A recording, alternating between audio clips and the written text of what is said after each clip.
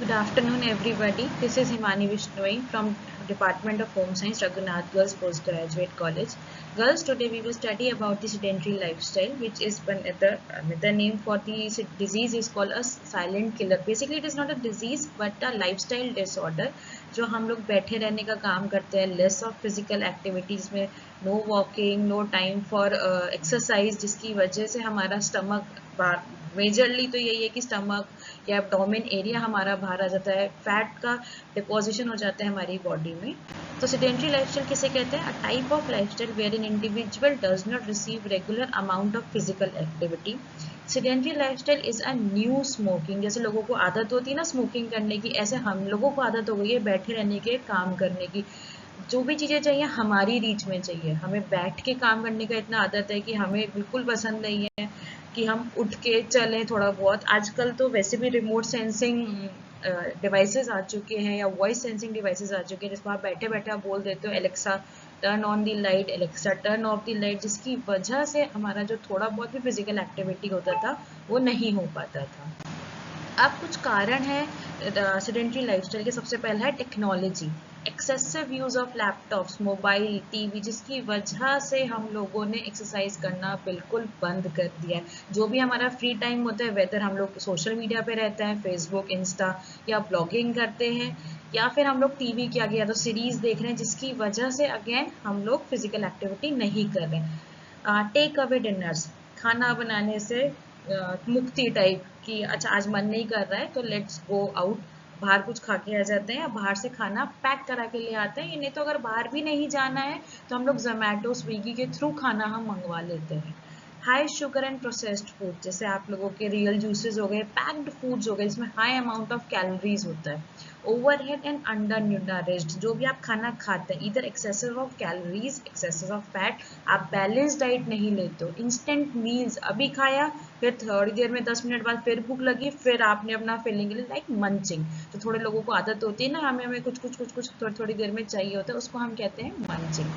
फिर effects of sedentary lifestyle on health and wellbeing, सबसे बड़ी बात है पुअर पोस्चर। आप बैठने का आपका जो भी पोस्चर है वो सही नहीं होता, जिसकी वजह से आपको कई बार सर्वाइकल हो जाता है, या एक एरिया पे, पर्टिकुलर एरिया पे आपका फैट का डिपोजिशन हो जाता है। वेट गेन होने की वजह से भी आप एक्सरसाइजेस कई बार नहीं कर पाते हो, आपको दर्द महसूस होता है। इंक्रीज्ड डिक्रीज्ड एक्टिविटी, और वही वाली बात है, आप वॉकिंग नहीं कर रहे हैं, आप जॉगिंग नहीं कर रहे हैं, आप वो एक्सरसाइजेस तो छोड़िए, आप नॉर्मल जो घर का काम है आप वो भी नहीं कर पा रहे हो। आप पोछा लगाते हो, वो भी आप मॉप्स के थ्रू लगा लेते हैं या वाइपर में डाल के पोछा लगा लेते हैं, rather than sitting and doing पोछा या मॉपिंग, वो नहीं हो रहा है। Depression and anxiety, another major aspect of getting obese is called is depression and anxiety. इसकी वजह से आप की जो ईटिंग हैबिट्स है, तो आप एक्सेसिव खा रहे हो या कोई एक पर्टिकुलर न्यूट्रिएंट आप एक्सेसिव ले रहे हो, जिसकी वजह से अगेन आपकी बॉडी में फैट का एक्यूमुलेशन हो रहा है और बॉडी वेट गेन कर रही है। बैड ईटिंग हैबिट्स, अभी खाया, पिज्ज़ा खा लिया, समोसा खा लिया, लेकिन एक बैलेंस्ड मील नहीं ली है। Poor posture, sitting in a wrong posture for long hours can stress on muscle, joints, ligament pains, backache and shoulder aches. Weight gain, obesity and overweight may increase the risk of certain health problems like hypertension, increases lipid profile, type 2 diabetes, cancer and other metabolic issues. Hypertension is your increased BP, जिसको आप कहते हैं ना high BP की बीमारी है, उसको हम हाइपरटेंशन कहते हैं। Increases lipid profile, that is your cholesterol level, जिसको हम कहते हैं कि हाँ आपके अंदर एचडीएल, एलडीएल आपने अगर सुना हो, नॉन एलडीएल, आजकल तो फैटी लिवर बहुत ज़्यादा हो रहा है, इसकी वजह से भी आपका एक कारण है आपका obesity.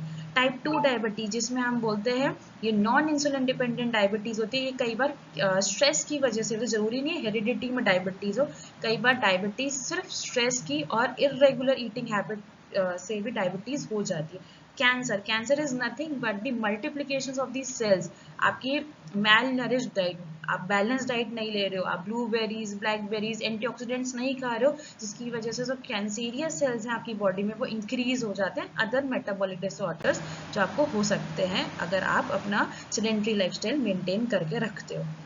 Depression and anxiety negatively affect your thoughts, behavior and overall health.